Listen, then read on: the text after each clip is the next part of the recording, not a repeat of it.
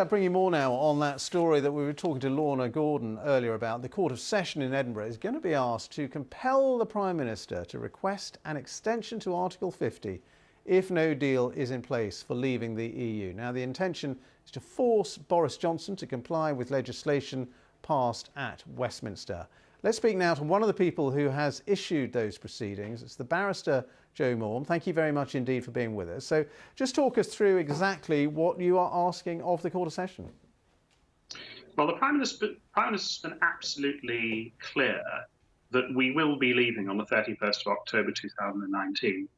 The difficulty that he has is that that's a decision that Parliament has taken away from him. So Parliament passed an act that we're referring to as the Benn Act that requires him on the 19th of October to ask the EU for an extension. And he has, it's difficult to read his comments otherwise than as a refusal to take that step. He, of course, like all of us, is subject to the rule of law. And so we're taking action in the inner house of the Court of Session to compel him to do what the law mandates him to do.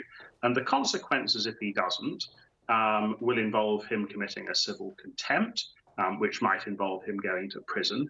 And as the ultimate fallback, the inner house of the Court of Session, Scotland's highest court, has a power. It can, in effect, sign the letter that the Benn Act mandates he send. It can sign that letter as the Prime Minister. So he would go to prison and all to no avail because the court would sign the letter for him.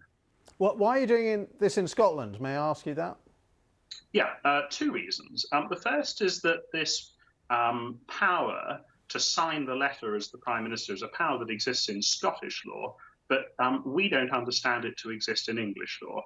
The other reason we're going in Scotland rather than England is that in England the law requires you to wait until there is an unlawful act before you sue for that unlawful act. And as an affidavit that I've sworn to the inner house of the Court of Session makes clear, we think that if you wait until the 19th to sue the Prime Minister, that won't leave enough time for a deal to be done with the EU, extending time as Parliament has mandated. You're saying this is not recognised in English law. So if you are successful, would this nonetheless compel a UK Prime Minister to do what you want? Well, you've sort of answered your own question, really, haven't you? He's the UK Prime Minister, and so he's subject to the law of Scotland and indeed of Northern Ireland, as he is subject to the law that the courts in England and Wales apply. We have a complicated legal system in the United Kingdom. Scotland has its laws, Northern Ireland has its laws, and England and Wales, as it were, share a set of laws. And as a citizen of the United Kingdom, I'm entitled to sue the Prime Minister in any one of those jurisdictions, and I've chosen to sue him in the jurisdiction that delivers the best chance of securing that he complies with the rule of law. Best chance, why? Well, for the reasons that I've explained.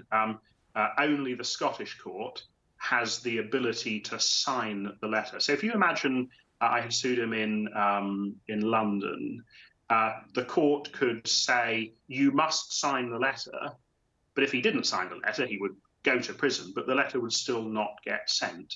I'm not that interested in seeing the Prime Minister in prison. I want to see him comply with the rule of law. I want to see him deliver Parliament's will.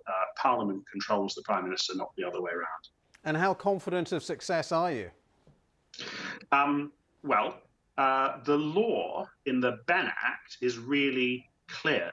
There is no wiggle room for the Prime Minister in that act. The jurisdiction that we are asking the Scottish courts to exercise is a jurisdiction, this so-called noble officium, is a jurisdiction that has never been used in circumstances like this. But, we're all in uncharted territory because the reality is that we've never before had a Prime Minister who has said, I will not comply with the law.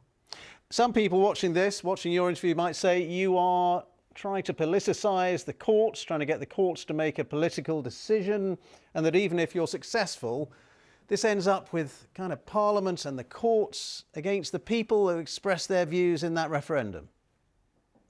Well, certainly some people would like to see us leave with no deal, but the majority of the population, according to the opinion polls I've seen, do not want that course. But the real answer to your question is this.